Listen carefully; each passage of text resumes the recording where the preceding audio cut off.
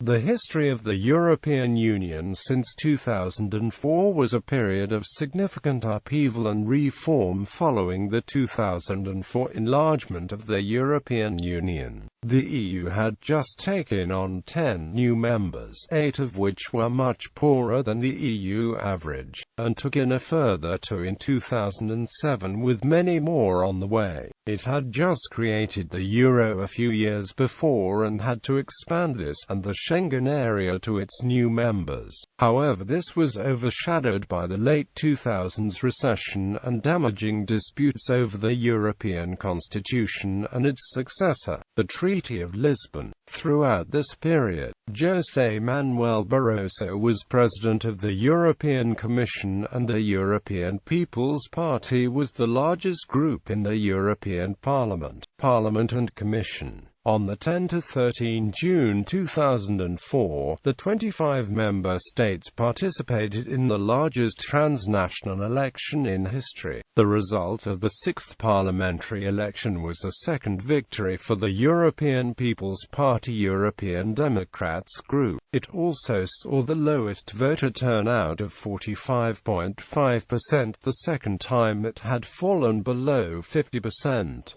Barroso The Prodi Commission was due to end its mandate at the end of October 2004, so following the 2004 elections to the 6th European Parliament, candidates for Commission President began to be considered. There was strong backing for Belgian Prime Minister Guy Verhofstadt from Republic of Ireland, France and Germany, who saw him as a convinced European and also a fighter. However, the Federalist was opposed by Spain, the United Kingdom, Italy and Poland due to his vocal opposition to the Iraq War and the inclusion of God in the European Constitution. Irish Taoiseach Bertie Ahern was also a popular candidate but did not wish to take up the job. Due to the victory of the European People's Party in the previous election, EPP parties were keen to get one of the members into the post, including Luxembourgian Prime Minister Jean-Claude Juncker, who refused, and Austrian Chancellor Wolfgang Schüssel, who was in a coalition with a right-wing party which discredited him as a candidate to some governments.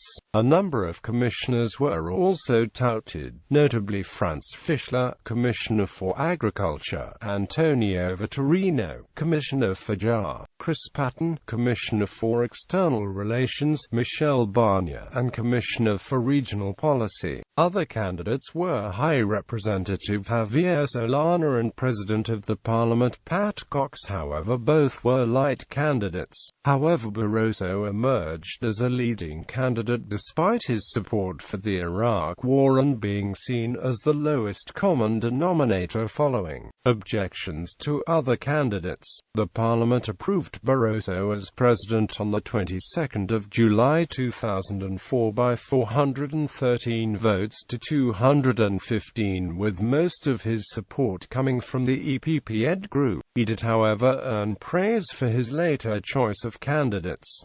During the hearings, members found fault in a number of commissioners. Committees questioned the suitability of Ingrida Sutra, Laszlo Kovacs, Neelie Kroes and Marianne Fischer-Boel. However, the most controversial was Rocco Buttiglione as European Commissioner for Justice, Freedom and Security due to his conservative comments which, in the eyes of some MEPs, made him unsuitable for a job securing civil rights in the EU, leading to the Civil Rights Committee to be the first committee to vote down an incoming commissioner. The Socialists were the most vocal critics of Barroso and his proposed commission, while the People's Party backed the commission with the Liberals split. Barroso attempted to offer small concessions to Parliament but they were not accepted as the Socialists made clear they would vote down the commission as it stood, leaving the divided Liberals holding the balance of whether the Barroso Commission would be the first commission in EU history rejected by Parliament. The People's Party demanded that if Buglioni were to go, then a socialist commissioner must also be sacrificed for balance. Barroso eventually gave in and withdrew his proposed College of Commissioners and, following 3 weeks which left Prodi continuing as a caretaker, proposed a new lineup.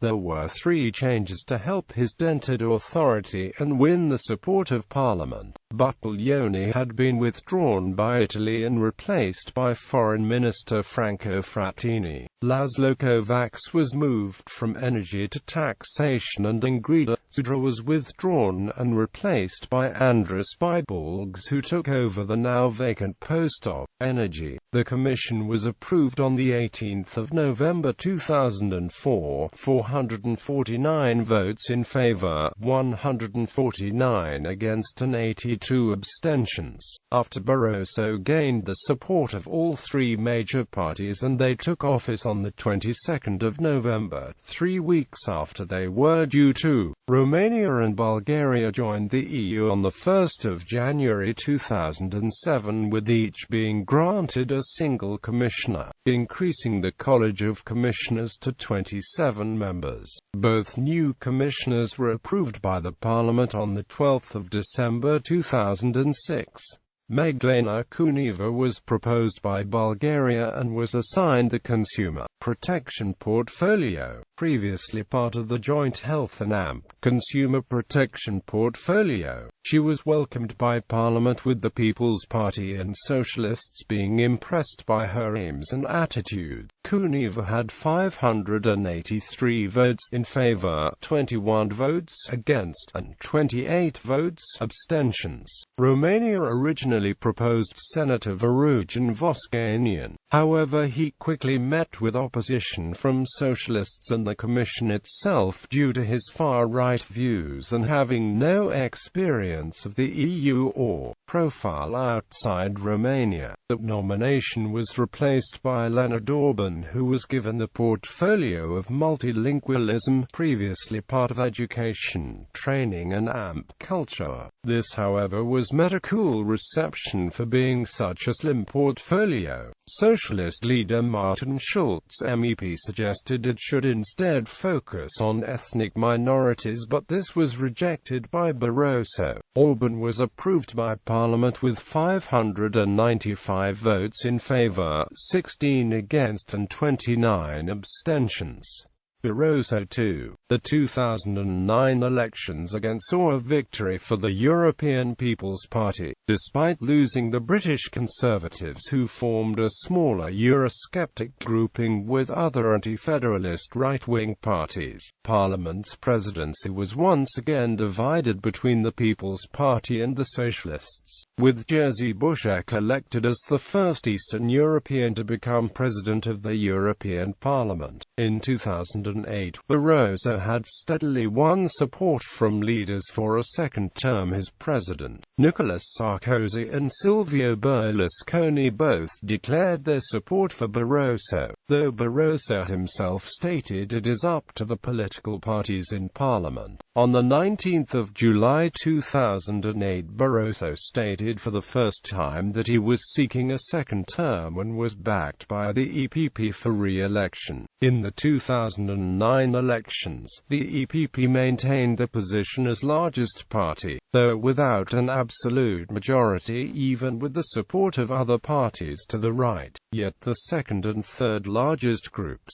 the Socialists and the Liberals, failed to put forward an alternative candidate to challenge Barroso even if they had won. Despite this, a loose red-green-yellow coalition formed against him in an attempt to gain concessions from Barroso. They demanded Barroso set out clearly his policy guidelines for his next term and offer key posts in the Commission to the group members. They also attempted to push the vote back beyond the ratification date for the Treaty of Lisbon to have more power over his appointment. In a meeting with the political groups on the 10th of September 2009, Barroso argued his new policies to a packed room with an unusually lively debate as Barroso defended his record against the Greens, his most ardent opponents. Despite holding his own in the debate, he did not win support from the Greens. However, the Socialist and Liberal leaders softened their opposition, the latter approving of the idea of a Commissioner for Human Rights. Following the plenary debate on the 15th of September, the People's Party and anti-federalist conservatives and reformists declared support, with conditional support from the Liberals. The Socialists, Greens and Eurosceptic Freedom and Democracy Group all declared opposition, criticizing the Liberals for switching camps. However, the groups struggled to enforce a party line as MEPs vote via a secret ballot. The vote took place on the 16th of September 2009.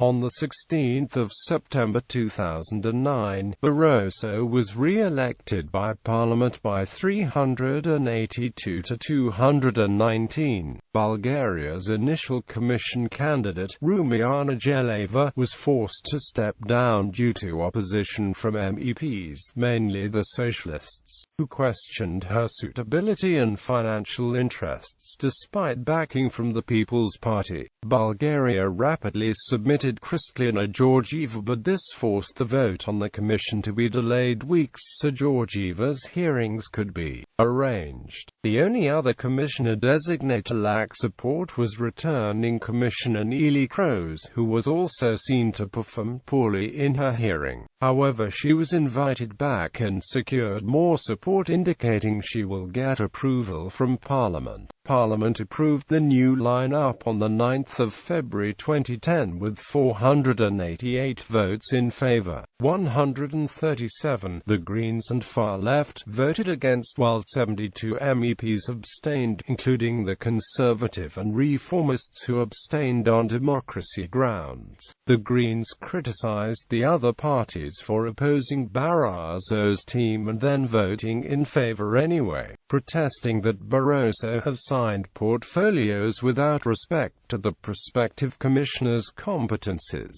Worse still, he moved commissioners from posts where they were doing a good job. The new college risks being characterized by internal power struggles instead of teamwork due to the unclear division of responsibilities. While the Conservatives desired a vote for them individually, as there were strong candidates who we would have endorsed, and weak candidates who we would have opposed. Institutional reform. Constitution. In 2003, the Treaty of Nice came into force, which prepared the EU for its 2004 enlargement. However, some thought further reform was needed, and even before Nice came into force, the European Convention, chaired by former French President Valéry Giscard d'Estaing, set out to draft a European constitution which would consolidate all existing treaties and simplify the workings of the EU. The draft was backed by the Commission, and in June 2004 the final text was settled. On the 29th of October 2004, the European Constitution was signed by EU leaders in Rome.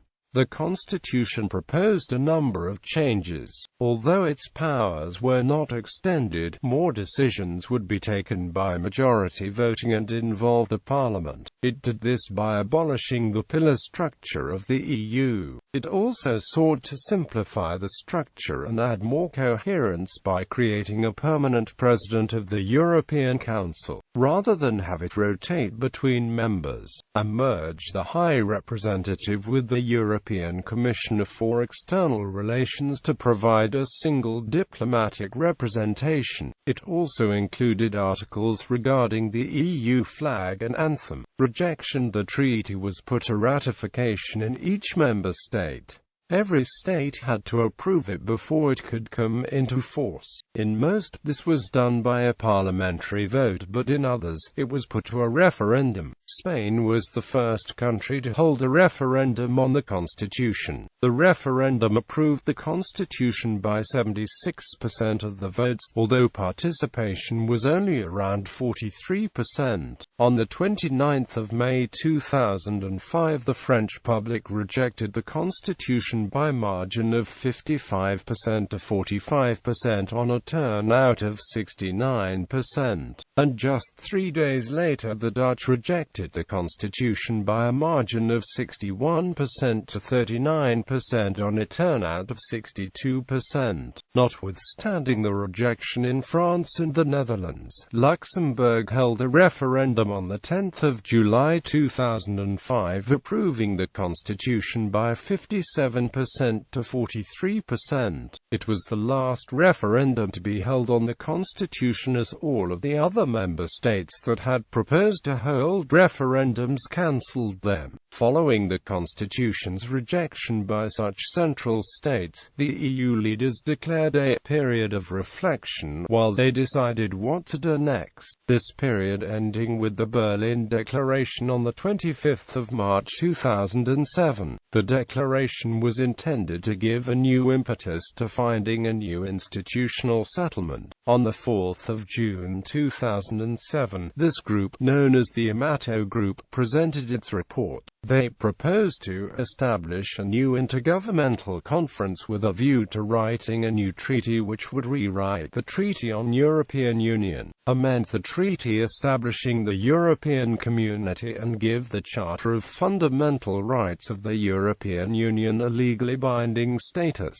The new treaty will be based on the first and fourth parts of the Constitution, the rest of the Constitution's changes being achieved through amendments to the Treaty of Rome. Lisbon Agreement was reached on a 16-page mandate for an intergovernmental conference that proposed removing much of the constitutional terminology and many of the symbols from the old European Constitution text. In addition, it was agreed to recommend to the IGC that the provisions of the old European Constitution should be amended in certain key aspects, due to pressure from the United Kingdom and Poland. It was also decided to add a protocol to the Charter of Fundamental Rights of the European Union. Among the specific changes were a greater ability to opt out in certain areas of legislation, and that the proposed new voting system that was part of the European Constitution would not be used before 2014. In the June meeting, the name Reform Treaty also emerged, finally clarifying that the constitutional approach was abandoned. Technically, it was agreed that the Reform Treaty would amend both the Treaty on European Union and the Treaty establishing the European Community, to include most provisions of the European Constitution, however not to combine them into one document. It was also agreed to rename the Treaty establishing the European Community, which is the main functional agreement including most of the substantive provisions of European primary law, to Treaty on the Functioning of the Union. In addition, it was agreed that unlike the European Constitution, where a charter was part of the document, there would only be a reference to the Charter of Fundamental Rights of the European Union to make the text legally binding. The signing of the Treaty of Lisbon took place in Lisbon, Portugal on the 13th of December 2007.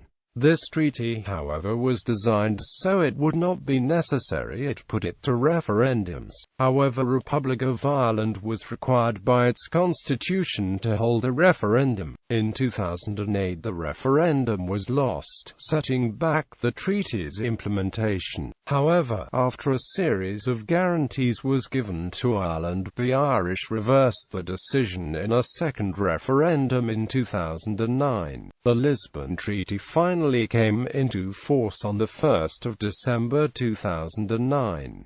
It created the post of President of the European Council and significantly expanded the post of High Representative. After much debate about what kind of person should be president, the European Council agreed on a low-key personality and chose Herman Van Rompuy, while foreign policy novice Catherine Ashton became High Representative Ashton was given the task of drawing up the plan for the new European External Action Service and soon received criticism on her abilities, her diplomatic decisions and her plans for the EEAS, though many dismissed these criticisms as unwarranted. Finally, with the financial crisis, there developed a new impetus for reform of the Eurozone governance. Lisbon also abolished the pillar system, extending parliamentary oversight to the areas formerly under police and judicial cooperation in criminal matters, and to a limited extent the common foreign and security policy. Despite not having total control over that area, Parliament did have budgetary powers over the setting up of the EEAS and held it hostage until its demands on the EEAS were met. Extension of the EU's role in defence and oversight on it also led to the decision on the 31st of March 2010 to abolish the Western European Union. Enlargement.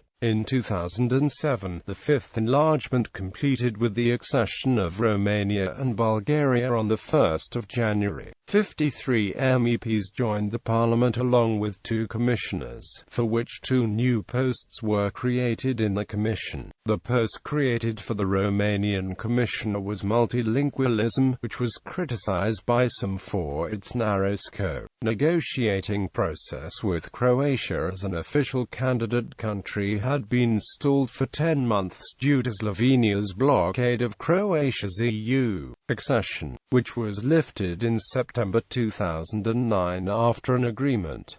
Croatia has since joined the EU as the 28th member on 1 July 2013 in the 6th enlargement. Meanwhile, the financial crisis hit Eurosceptic Iceland hard, and its desire to seek haven in the EU and the Euro led to it lodging its first formal application. Negotiations were expected to be concluded quickly, if disputes over fisheries were resolved and the Icelandic people consented. Then Iceland would join. A new government was elected in Iceland during April 2013, and this government has frozen negotiations until a referendum of the people can be held. In an ongoing program of enlargement, there are 5 other candidates: Albania, Macedonia, Montenegro, Serbia, and Turkey. Also within the enlargement agenda of the both states of Bosnia and Herzegovina and Kosovo.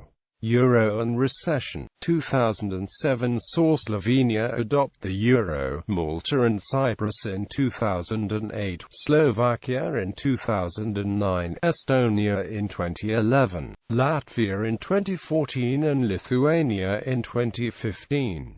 However, trouble developed with existing members as the Eurozone entered its first recession in 2008. Members cooperated and the ECB intervened to help restore economic growth, and the euro was seen as a safe haven, particularly by those outside such as Iceland. However, with the risk of a default in Greece and other members in late 2009-10, Eurozone leaders agreed to provisions for bailing out member states who could not raise funds. This was a U-turn on the EU treaties which rule out any bailout of a euro member to encourage them to manage the finances better. Yet with Greece struggling to restore its finances, other member states also at risk, and the repercussions this would have on the rest of the Eurozone economy, a bailout mechanism was agreed, though with the hope that it would never need to be used. The crisis also spurred consensus for further economic integration and a range of proposals such as a European Monetary Fund of Federal Treasury.